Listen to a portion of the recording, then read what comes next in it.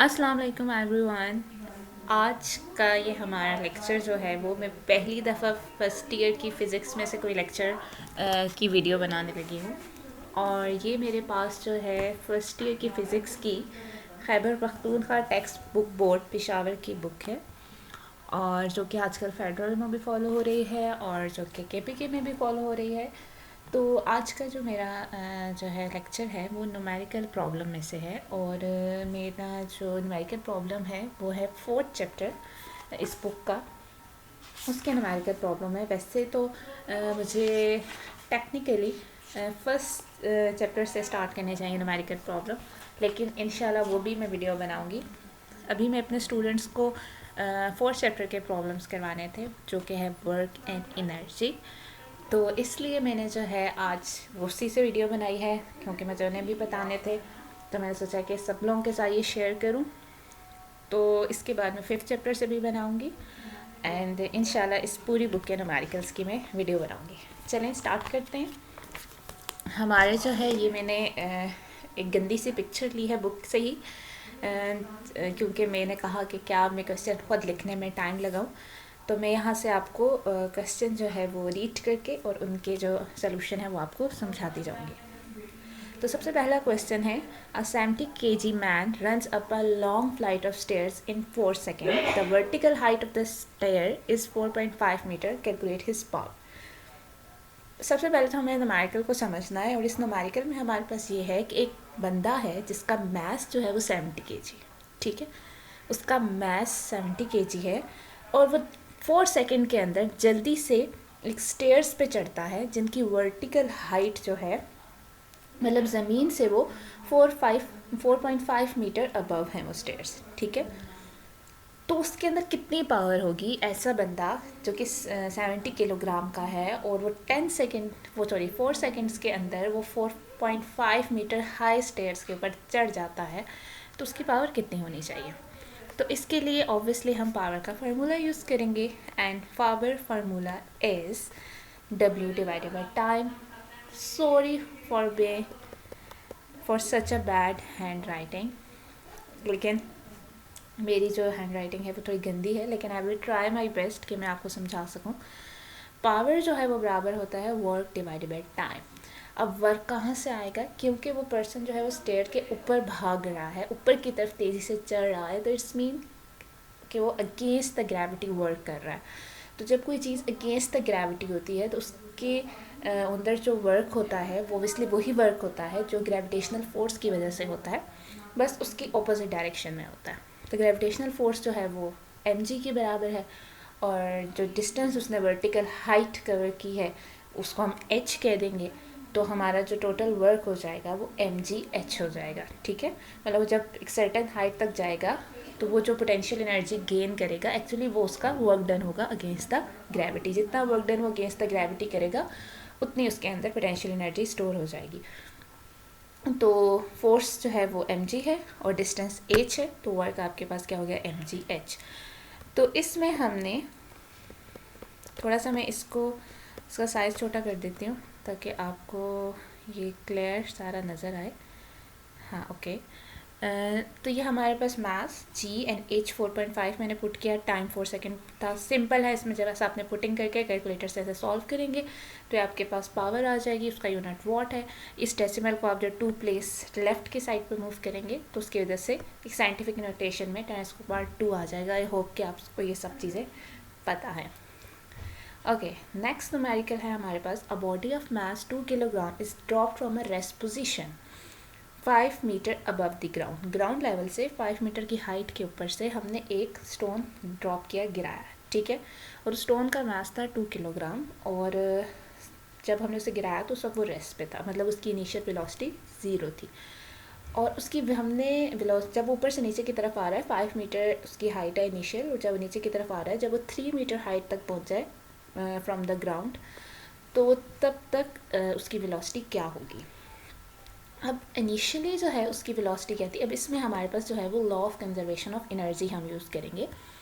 Law of conservation of energy क्या है कि आपको पता है कि अगर आपके पास किस कंजर्वेटिव फोर्स जैसे आपने फोर्थ चैप्टर में पढ़ा होगा, वो फोर्स जिसके अंदर वर्क डन जो है वो इंडिपेंडेंट ऑफ पाथ होता है, या work done along the close path zero होता है।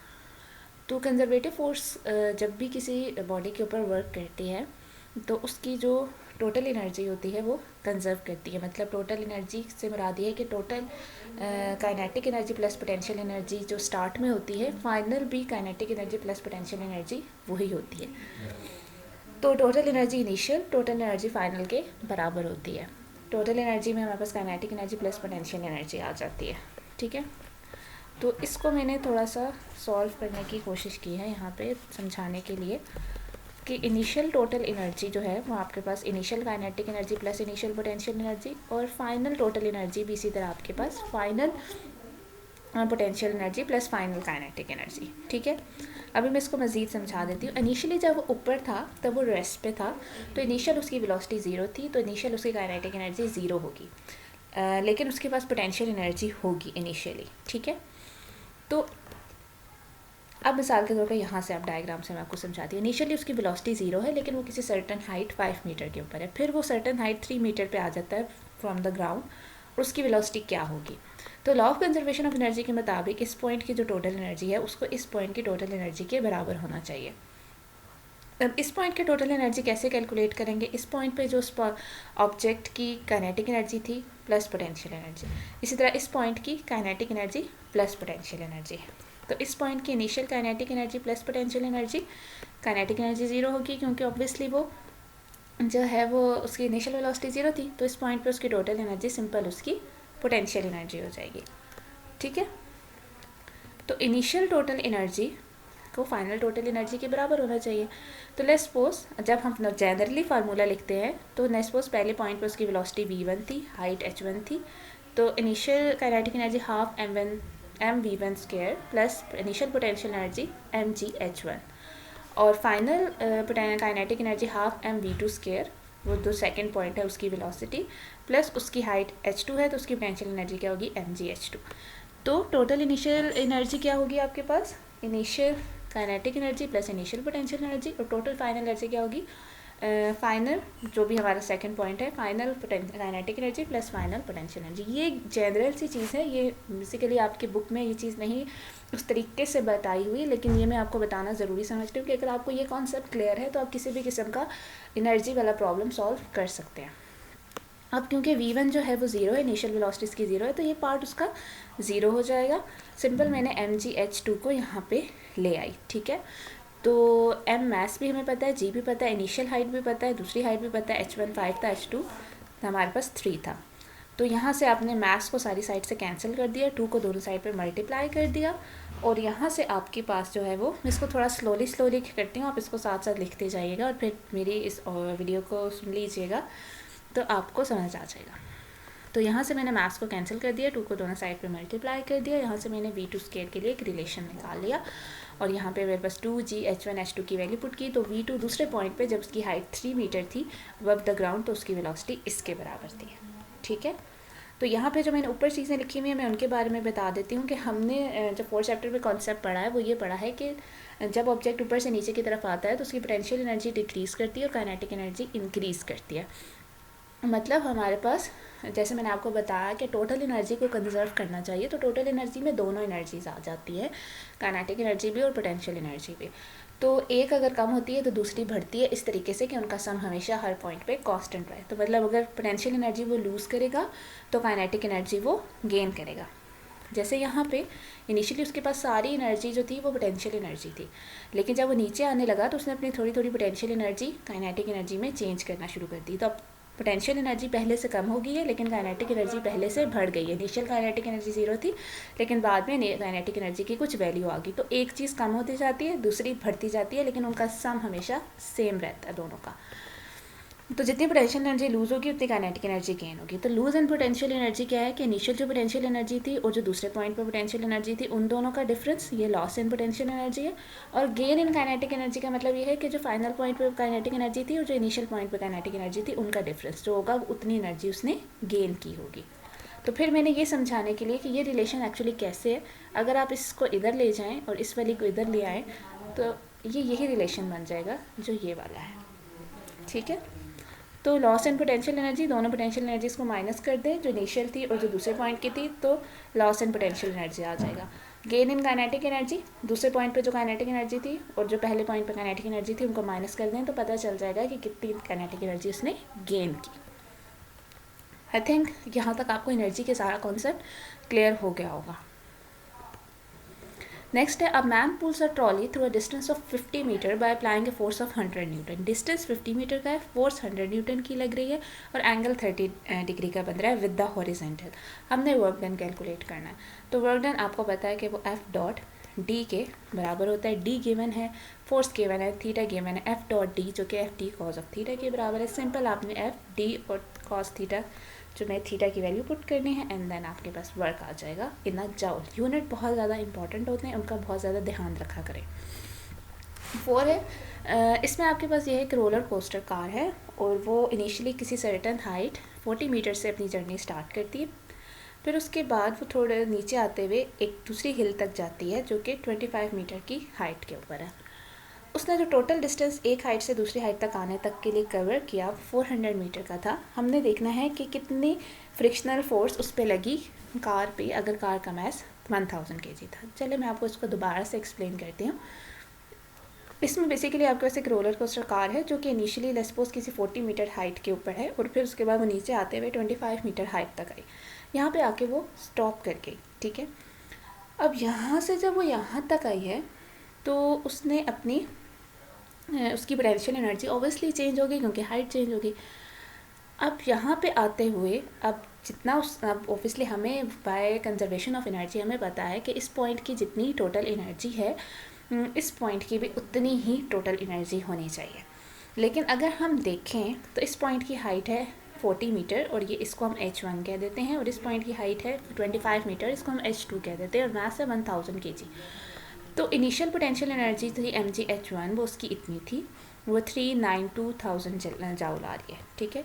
और जो इस पॉइंट पे जब वो पहुंचा तो उस वक्त जो उसकी पोटेंशियल एनर्जी थी मास g की वैल्यू एंड h2 25 पुट किया तो 245,000 जाउल हमारे पास फाइनल पोटेंशियल एनर्जी आ गई इस पॉइंट की।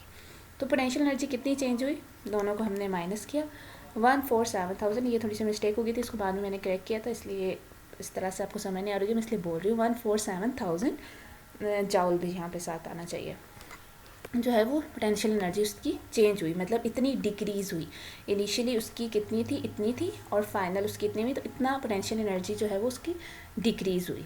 अब ये पोटेंशियल एनर्जी जो डिक्रीज़ हुई है वो किधर गई है, इट्स मीन कि वो एनर्जी जो है वो वर्क डन अगेंस्ट फ्रिक्शन में यूज़ हो गई है। तो यहाँ पे यकीनन कोई फ्रिक्शन होगी between the car and this roller coaster जिसकी वजह से उसने कुछ एनर्जी लूज़ कर दी है। अब जितनी उस चेंज इन पोटेंशियल एनर्जी को मैंने एक और फार्मूले से भी देखा है कि बजाय दोनों को अलग-अलग करके mgh1 क्योंकि आपको पता है दोनों में ही mg आएगा, इसमें भी mgh1 है, ये आपके पास mgh2 है, दोनों को माइनस करना है तो mg को कॉमन ले लें और ब्रैकेट में h1 माइनस h2 आ जाएगा। दोनों तरीके से मैंने किया, आंसर वही आता है 147,000। ओके, तो ये जितनी भी एनर्जी उसने लूज़ की है वो सारी वर्क डन अगेंस्ट फ्रिक्शन में यूज़ हो गई है। तो वर्क डन अगेंस्ट फ्रिक्शन जो है वो frictional force multiply by distance travel. Distance travel हमें गिवन है 400 मीटर का उसने डिस्टेंस ट्रैवल किया है, और ये जितनी भी वर्क डन है अगेंस्ट फ्रिक्शन उसके अंदर ये 147,000 जाउल ऑफ एनर्जी यूज़ हो गया। तो F is a force of friction, D is the distance travel, D से हमने डिवाइड कर दिया तो हमारे पास ये फोर्स ऑफ फ्रिक्शन आ गई। इतनी फोर्स ऑफ फ्रिक्शन जो है उसके ऊपर लग रही है जिसके अगेंस्ट जिसको ओवरकम करने के लिए उसकी एनर्जी कुछ यूज़ हुई है। अब हमारे पास अगला क्या है, a man whose mass is 70 kilogram. एक बंदा जिसका मास 70 किलोग्राम है वो ऊपर की तरफ जा रहा है 3rd फ्लोर पे बिल्डिंग के, जो कि 12 मीटर हाई है अबव द ग्राउंड, मतलब ग्राउंड से 12 मीटर हाइट पे, और टाइम उसको इतना लगा। हमने उसकी पावर फाइंड करनी है, important horse power, HP power का यूनिट है हॉर्स पावर, उसमें फाइंड करना। अगेन हमें मास गिवन है, हाइट गिवन है एंड टाइम गिवन है। पावर में जैसे हमने पहले फार्मूला यूज़ किया था mgh डिवाइडेड बाई टाइम, तो वो हमने यूज़ करना है, ठीक है। हमारे पास m है, h है और टाइम है, और g हमने अगेन वो वर्क डन अगेंस्ट फ्रिक्शन क्योंकि वो ऊपर की तरफ जा रहा है, मैस पुट किया, g पुट किया, h पुट किया और टाइम पुट किया, तो हमारे पास पावर आ गई। अब यहाँ पे क्योंकि हम सब सिस्टम इंटरनेशनल यूनिट ले रहे हैं kg, मीटर एंड सेकेंड, तो हमारे पास पावर जो है वो सिस्टम इंटरनेशनल यूनिट वॉट में आएगी। लेकिन अगर हमने इसे हॉर्स पावर में फाइंड करना है तो हॉर्स पावर 1 हॉर्स पावर बराबर होती है 746 वॉट के। तो हम क्या करेंगे, वॉट को हॉर्स पावर में चेंज करने के लिए 746 से डिवाइड करते हैं तो वो हॉर्स पावर में चेंज हो जाते हैं। तो ये हमारे पास पावर आ गई in unit of horse power HP। अब हमारे पास 6 है, to what height can a 400 watt engine lift 100 kilogram mass in 3 second. अब इसमें मैंने बताया हुआ है कि आपके पास एक इंजन है जिसकी जो पावर है वो 400 वॉट है और वो लिफ्ट कर रहा है एक मैस जो कि 100 kg का है और उसको टाइम लग रहा है 3 सेकेंड का। 3 सेकेंड के अंदर वो 100 kg के मैस को इंजन जो है वो लिफ्ट कर रहा है और उसकी जो पावर है वो 400 वॉट है। तो आप बताएं वो कितनी हाइट तक उसे लिफ्ट कर सकेगा। तो ये अगेन ये क्वेश्चन आपके पास पावर का फार्मूला हम यूज़ करेंगे ये वाला। इसमें हमें पावर गिवन है, टाइम गिवन है, मास गिवन है, जी हमें पता है 9.8, एच हमने फाइंड करना है। सिंपल हमने पावर की वैल्यू पुट की, मास पुट किया, जी की वैल्यू और टाइम पुट किया। 100 में 0 में दोनों साइड से कैंसिल कर दिए, 3 को उधर लेके 4 3 12 हो गया, 9.8 से डिवाइड कर दिया और एच हमारे पास मीटर में आ गया 1.22 मीटर। मेरे आंसर स्लाइटली थोड़े थोड़े बुक से डिफरेंट आ रहे हैं बिकॉज बुक में थोड़े से एरर्स हैं, ठीक है, लेकिन मैंने उनको बार बार रीचेक किया एंड आई होप कि मेरे आंसर ठीक है। ओके, नेक्स्ट क्वेश्चन है हमारा, a ball of mass 100 gram is thrown vertically upward at the speed of this. ये मैस है और एक ग्राम में गिवन है तो आपने इसको पहले केजी में चेंज करना है। और एक बॉल है जिसका मैस 100 ग्राम है, उसको आपने अपवर्ड थ्रो किया, इनिशियल स्पीड उसकी 25 मीटर पर सेकेंड है। अगर कोई एनर्जी अगेंस्ट फ्रिक्शन लॉस नहीं हो रही बॉल की तो वो कितनी हाइट तक जाएगा। और दूसरा, अगर लेस, पहले हमने ये हाइट फाइंड करनी, देन अगर वो हाइट 25 मीटर तक जाता है तो कितनी एनर्जी उसकी वर्क डन अगेंस्ट फ्रिक्शन में लूज़ हुई। तो बेसिकली ये जो क्वेश्चन है वो आपके पास, मैंने इसको थोड़ा सा रिवर्स ऑर्डर में सॉल्व किया। मैंने पहले ये किया तो मैंने कहा कि इनिशियली मैं ये देखती हूँ कि बॉल को मैंने ऊपर फेंका और एयर फ्रिक्शन मौजूद है और वो हाइट 25 मीटर तक गया है जैसे बुक में गिवन है, तो उसने अपनी कितनी एनर्जी लूज़ की अगेंस्ट फ्रिक्शन। पहले तो ये कि आपके पास मैस 100 ग्राम गिवन है, उसको आपने केजी में चेंज किया, 1 किलोग्राम 1000 ग्राम के बराबर होता है, तो आप 1000 से डिवाइड करके जो इसको किलोग्राम में चेंज करने के 0.1 kg। इनिशियल वेलोसिटी आपको गिवन है, इस वेलोसिटी से उसने अपवर्ड थ्रो किया और वो 25 मीटर की हाइट तक जा रहा है। तो इनिशियल एनर्जी जो है ना, उसकी इनिशियल एनर्जी वो उसकी काइनेटिक एनर्जी है। उसको आपने कुछ इनिशियल वेलोसिटी दी, 1/2 mv/s इनिशियल वेलोसिटी, उसका मास पुट किया तो ये आपके पास 31.25 जाउल उसकी इनिशियल काइनेटिक एनर्जी आ गई।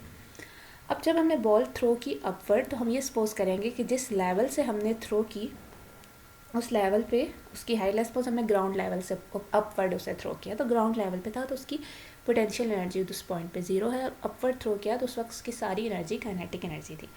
अब ऊपर जाते हुए जब भी कोई चीज़ ऊपर से नीचे की तरफ आती है तो उसकी काइनेटिक एनर्जी इंक्रीज़ करती है, पोटेंशियल एनर्जी डिक्रीज़ करती है। और जब हम अगेंस्ट द ग्रेविटी किसी चीज़ को थ्रो करते हैं तो उसकी काइनेटिक एनर्जी डिक्रीज़ करती है और पोटेंशियल एनर्जी इंक्रीज़ करती है। मतलब इनिशियल उसके पास सारी काइनेटिक एनर्जी होगी और ऊपर की तरफ जाते हुए उसकी काइनेटिक एनर्जी पोटेंशियल एनर्जी में चेंज होना शुरू हो जाएगी। और जब वो फाइनल पॉइंट तक पहुंच जाएगा, जैसे आपको पता है जब आप अपवर्ड किसी चीज़ को थ्रो करते हैं तो फाइनल पॉइंट पे उसकी जो एनर्जी होती है, जो स्पीड होती है वो 0 हो जाती है, जिसके बाद वो फिर अपनी डायरेक्शन चेंज करता है, वो नीचे की तरफ आता है। तो वो जो फाइनल पॉइंट है उसके ऊपर उसकी वेलोसिटी क्या होती है, 0 हो जाती है, स्पीड 0 हो जाती है, मिट्स मीन उसकी काइनेटिक एनर्जी 0 हो जाती है। तो उस पॉइंट पे उसकी सारी की सारी एनर्जी पोटेंशियल एनर्जी होती है। इनिशियल पॉइंट पे सारी काइनेटिक एनर्जी है, फाइनल पॉइंट पे सारी पोटेंशियल एनर्जी, मतलब नीचे से ऊपर तक जाते हुए उसकी जो काइनेटिक एनर्जी है उसको सारे का सारा पोटेंशियल एनर्जी में चेंज हो जाना चाहिए। लेकिन जिस हाइट तक वो गया है, ठीक है, उसका मैस, वो हाइट और जी की वैल्यू पुट करने से जो उसकी फाइनल एनर्जी आई वो 24.5 जाउल आई, जो कि इनिशियल एनर्जी से कम है। तो ये जो एनर्जी का डिफरेंस है ये कहाँ पे यूज़ हुआ, ये एनर्जी डिफरेंस यूज़ हो गया वर्क डन अगेंस्ट फ्रिक्शन में।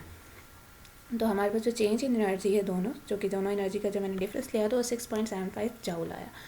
तो ये जो एनर्जी है ये वर्क डन अगेंस्ट फ्रिक्शन में उसने लूज़ कर दिया। तो work done against air resistance FH again, F frictional force होगी, H वो डिस्टेंस है या हाइट है जो उसने कवर किया। तो यहाँ से हमने हाइट गिवन है 25, तो हमने यहाँ से जो भी उसने एनर्जी का चेंज था 6.50 जूल 750 जूल, ये वो एनर्जी है जो कि उसकी वर्क डन अगेंस्ट फ्रिक्शन में यूज़ हुई है। तो change in energy is equal to work done against friction.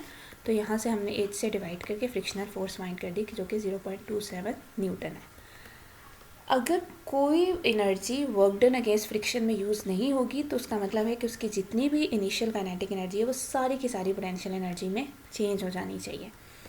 तो अगर कोई एनर्जी लॉस नहीं होगी अगेंस्ट फ्रिक्शन तो जितनी काइनेटिक एनर्जी में चेंज आएगा डिक्रीज़ होगी, उतनी ही पोटेंशियल एनर्जी इंक्रीज़ करेगी। तो change in kinetic energy ½ mv1² minus ½ mv2²। Final point पे जाके जैसे मैंने आपको बताया हाइट पे जाके उसकी वेलोसिटी 0 हो जाएगी, तो फाइनल काइनेटिक एनर्जी 0 होगी। इनिशियल हाइट हम उसकी h1 जो है वो 0 ले लेते हैं कि इनिशियली उसने हाइट h1 ये है, h1 0 से स्टार्ट किया उसने। Final potential energy minus initial potential energy, initial potential energy हम 0 ले लेते हैं। तो इस फार्मूले से हमारे पास आ जाएगी उसकी हाइट h2 जिस तक वो जाएगा। अब इस केस में जितनी उसने काइनेटिक एनर्जी लूज़ की है उस सारी की सारी उसने पोटेंशियल एनर्जी में उसकी चेंज हो गई है। तो यहाँ से इस केस में जब हम हाइट निकालेंगे मैथ से कैंसिल हो जाएगा, जी की वैल्यू पुट करेंगे, वेलोसिटी की वैल्यू पुट करेंगे तो हाइट हमारे पास आ जाएगी जो कि 31.9 मीटर है। अब ये हाइट उस हाइट से डिफरेंट है जो पहले थी। इसका मतलब ये है कि अगर फ्रिक्शन होगी तो वो उतनी हाइट तक नहीं जाएगा जितना वो बगैर फ्रिक्शन जा सकता है। ओके, अब नेक्स्ट हमारा क्वेश्चन है वो है an object of mass 1000 gram जो कि 1 kg के बराबर है falls from the height of 30 metre. 30 metre की हाइट से वो नीचे गिर रहा है ऑन द सैंड पे गिरा। और सैंड में जैसे आपको पता है जब कोई चीज़ ऊपर से सैंड में गिरती है तो सैंड के अंदर थोड़ी सी पेनिट्रेट हो जाती है और 4 सेंटीमीटर अंदर तक वो गई है। अब आप बताएं कि सैंड ने जो उसके ऊपर अपोजिंग फोर्स लगाई है जिसकी वजह से वो स्टैंड में थोड़ा सा अंदर धंसा और फिर उसके बाद वो स्टॉप कर गया, वो अपोजिंग फोर्स हमने फाइंड करनी है। और हमने ये भी सपोज करना है कि फ्रिक्शन की वजह से उसके ऊपर कोई एयर फ्रिक्शन की वजह से कोई काम नहीं हुआ था, मतलब ऊपर जब तक वो सैंड से बाहर था तब तक उसके ऊपर कोई अपोजिंग फोर्स नहीं थी, सैंड के अंदर आके उसके ऊपर अपोजिंग फोर्स लगी। तो अगेन ये एनर्जी का सारा कॉन्सेप्ट है। इनिशियली मास 1000 ग्राम है तो आप उसे 1 kg में चेंज कर लें। हाइट जो थी उसकी 30 मीटर थी, मुझे यहाँ मीटर भी लिखना चाहिए था। डिस्टेंस जो उसने सैंड के अंदर कवर किया है वो 4 सेंटीमीटर है। 1 सेंटीमीटर -2 मीटर के बराबर होता है। इनिशियली जब वो हाइट पे था उसकी सारी एनर्जी जो है पोटेंशियल एनर्जी थी जो mgh के बराबर थी। मास 1 kg है, जी की वैल्यू h की वैल्यू पुट की तो हमारे पास उसकी इनिशियल पोटेंशियल एनर्जी आ गई। तो जब सैंड के लेवल पे आएगा उस वक्त तक उसकी सारी पोटेंशियल एनर्जी जो है, क्योंकि वो सैंड के लेवल पे आके हाइट 0 पे आ जाएगा तो उसकी सारी पोटेंशियल एनर्जी जो है वो काइनेटिक एनर्जी में चेंज हो गई होगी। तो लॉस इन पोटेंशियल एनर्जी का ये है कि इनिशियल उसकी पोटेंशियल एनर्जी इतनी थी, फाइनल उसकी 0 हो जाएगी। और gain in potential kinetic energy का मतलब ये है कि फाइनल काइनेटिक एनर्जी उसकी 294 हो जाएगी। इनिशियली क्योंकि वो रेस्ट पे था तो उसकी 0 थी, तो काइनेटिक एनर्जी फाइनल जो है वो 294 जूल होगी जो कि पोटेंशियल एनर्जी इनिशियल थी। पहले इनिशियली सारी एनर्जी पोटेंशियल एनर्जी थी, फाइनल सारी एनर्जी काइनेटिक एनर्जी में चेंज हो जाएगी। तो यही एनर्जी जब वो सैंड के लेवल तक था तो उसके पास ये एनर्जी थी, लेकिन सैंड के अंदर पेनिट्रेट होने के बाद वो रेस्ट पे आ गया। इसका मतलब ये है कि सारी की सारी एनर्जी उसने सैंड के अंदर work done against the friction of sand use कर ली, यूटिलाइज़ कर ली। तो वर्क डन अगेंस्ट फ्रिक्शन इन सैंड उसकी एनर्जी यूज़ हो गई। अगेन हम वही कॉन्सेप्ट यूज़ करें तो यहाँ से डिस्टेंस जो उसने सैंड के अंदर ट्रैवल किया है उससे मैंने इसको डिवाइड कर दिया। ये डिस्टेंस अब वो होगा जो उसने सैंड के अंदर ट्रैवल किया है। तो यहाँ से फिर हमारे पास वो फ्रिक्शन आ जाएगी जो सैंड की वजह से उसके ऊपर लगी। That's a very huge frictional force, तभी वो बहुत जल्दी स्टॉप कर गया इन अ स्टैंड।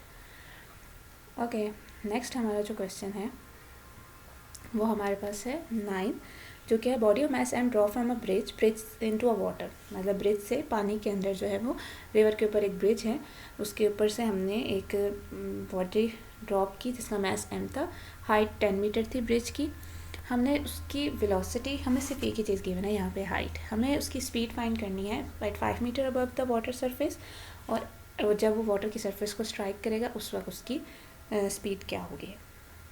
तो इसमें अगेन आपने कंजर्वेशन ऑफ एनर्जी का कॉन्सेप्ट यूज़ करना है कि आपके पास जो है इनिशियली उसकी हाइट 10 मीटर थी, उसका मास कोई m है, हमें नहीं बताया क्योंकि उसकी ज़रूरत नहीं होगी। अभी हम देख लेते हैं क्यों नहीं ज़रूरत, क्योंकि आपके पास जो है initial kinetic energy plus initial potential energy का सम बराबर होना चाहिए final kinetic energy plus final potential energy, जैसे मैंने आपको बताया by law of conservation of mass. M side से कैंसिल हो जाएगा, यहाँ पे आपके पास सिंपल ये चीज़ बच जाएगी v1² / 2 plus GH1 is equal to v2² / 2 plus GH2। Initially उसकी वेलोसिटी जो है वो 0 थी, तो v1 0 हो गया। तो यहाँ से मैंने क्या किया, सिंपल इस GH2 को इधर ले आई और 2 से मैंने इसको मल्टीप्लाई कर दिया दोनों साइड पे। तो यहाँ से मैंने फिर स्क्वायर रूट लेके v2 की वैल्यू निकाली। यहाँ पे h1 10 था, किस हाइट तक वो आया, 5 मीटर की हाइट तक आया, तो उसकी वेलोसिटी क्या थी, यहाँ से वो मैंने वेलोसिटी फाइंड कर ली। 9.9 मीटर पर सेकंड की उसकी वेलोसिटी होगी जब वो 10 से 5 मीटर की हाइट तक आएगा। बी पार्ट में ये है कि अब वो अगर वाटर के सरफेस को स्ट्राइक करे, अगेन हम ये वाला फार्मूला यूज़ करेंगे, मास अगेन साइड से कैंसिल हो जाएगा। अब उसकी हाइट, क्योंकि हम जो हाइट ले रहे थे from the surface of water ले रहे थे, जब वो सरफेस ऑफ वाटर को हिट कर रहा है तो ऑब्वियसली उसकी फाइनल हाइट 0 हो गई और इनिशियल वेलोसिटी भी हमारे पास 0 ही थी। तो इनिशियल वेलोसिटी और फाइनल हाइट हमने 0 लेके यहाँ से हमारे पास आएगा GH1 is equal to v2² / 2। अब यहाँ पे 2 भी था, वो यहाँ पे आई थिंक कट के, तो या फिर मैं लिखना भूल गई हूँ, यहाँ पे एक 2 भी आएगा, ठीक है। तो वो 2 जब मैं इधर लेके जाऊँगी और फिर स्क्वायर रूट लूँगी तो मेरे पास v2 की वैल्यू आ जाएगी √2 GH1।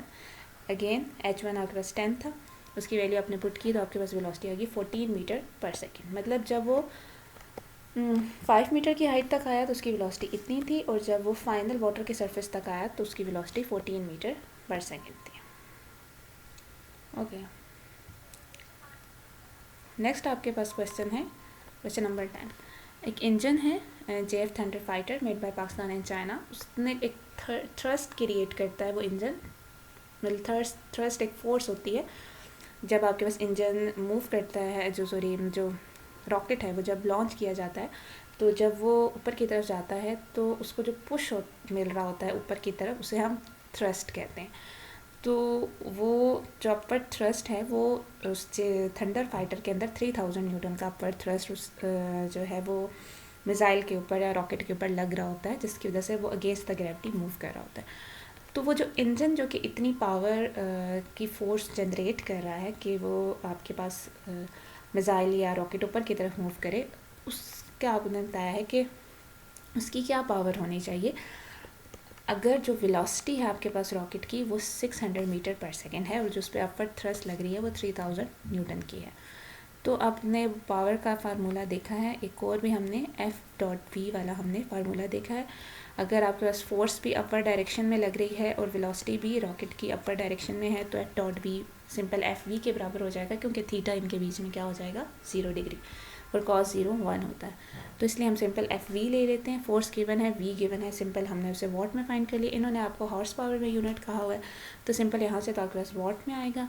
1 horse power again 746 what के बराबर है, और उसको वॉट को हॉर्स पावर HP में चेंज करने के लिए 746 से डिवाइड किया, तो ये आपके पास पावर आ गई उस इंजन की जो कि JF थंडर का है। अब लास्ट न्यूमेरिकल का रह गया है, और वो हमारे पास ये है कि मास है मून का 1/80 of the mass of the earth. और मतलब इन्होंने आपको ये बताया है कि जो मून है उसका जो मास है वो 1/80 है, मतलब मास ऑफ अर्थ को 80 से डिवाइड करें तो मास ऑफ मून आ जाता है, और रेडियस ऑफ अर्थ को 4 से डिवाइड करें तो रेडियस ऑफ मून आ जाता है। तो उन्होंने कहा कि आपने मून के लिए एस्केप वेलोसिटी फाइंड करनी है। तो इसके लिए हम क्या करेंगे, हमने अर्थ के लिए इस चैप्टर के अंदर एस्केप वेलोसिटी फाइंड की हुई है, ठीक है। तो हम वो एस्केप वेलोसिटी का फार्मूला यूज़ करेंगे जो है 2g जो है ग्रेविटेशनल कांस्टेंट है, m e mass of earth है, r e radius of earth है। मैंने ये सपोज किया कि जो मास ऑफ मून है वो 1/80 है मास ऑफ अर्थ के, स्मॉल m जो है मास ऑफ मून है, capital M mass of earth है। और इसी तरह रेडियस ऑफ मून हमें ये गिवन है कि वो 1/4 है रेडियस ऑफ अर्थ के, small r m radius of moon है, और capital R radius of earth है। अब हमने करना क्या है कि हमने एस्केप वेलोसिटी अर्थ की हमें पता है इसके बराबर है, मून की किसके बराबर होगी, मून का मास और मून का रेडियस पुट कर देंगे। तो मून का जो मास है वो 1/80 है मास ऑफ अर्थ के, और मून का जो रेडियस है वो 1/4 है रेडियस ऑफ अर्थ के। तो ये मैंने यहाँ पे ये चीज़ पुट कर ली। अब मैंने क्या किया, ये 180 और 1/4 को मैंने सॉल्व किया, 4 ऊपर चला गया, 80 नीचे आ गया, ये आ गया 1/20। ये सॉल्व कर लेंगे आराम से, ये 1/20 आता है।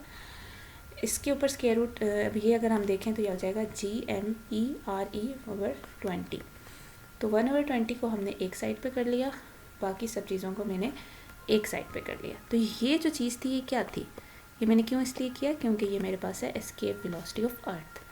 तो मैंने कह दिया कि ये है एस्केप वेलोसिटी ऑफ अर्थ और इसकी वैल्यू हम कैलकुलेट कर चुके हैं 11.2 मीटर पर सेकेंड।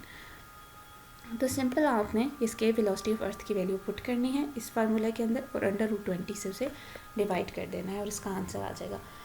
उसका आंसर जो है वो नेक्स्ट डॉक्यूमेंट में था, तो वो मेरा नेक्स्ट डॉक्यूमेंट के साथ है क्योंकि वो एक लाइन का था, तो वो फिर मैंने भी इसमें इंक्लूड नहीं किया, लेकिन आंसर आ जाता है।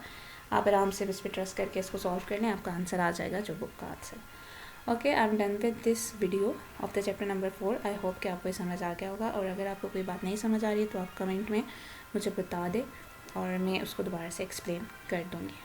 Thank you.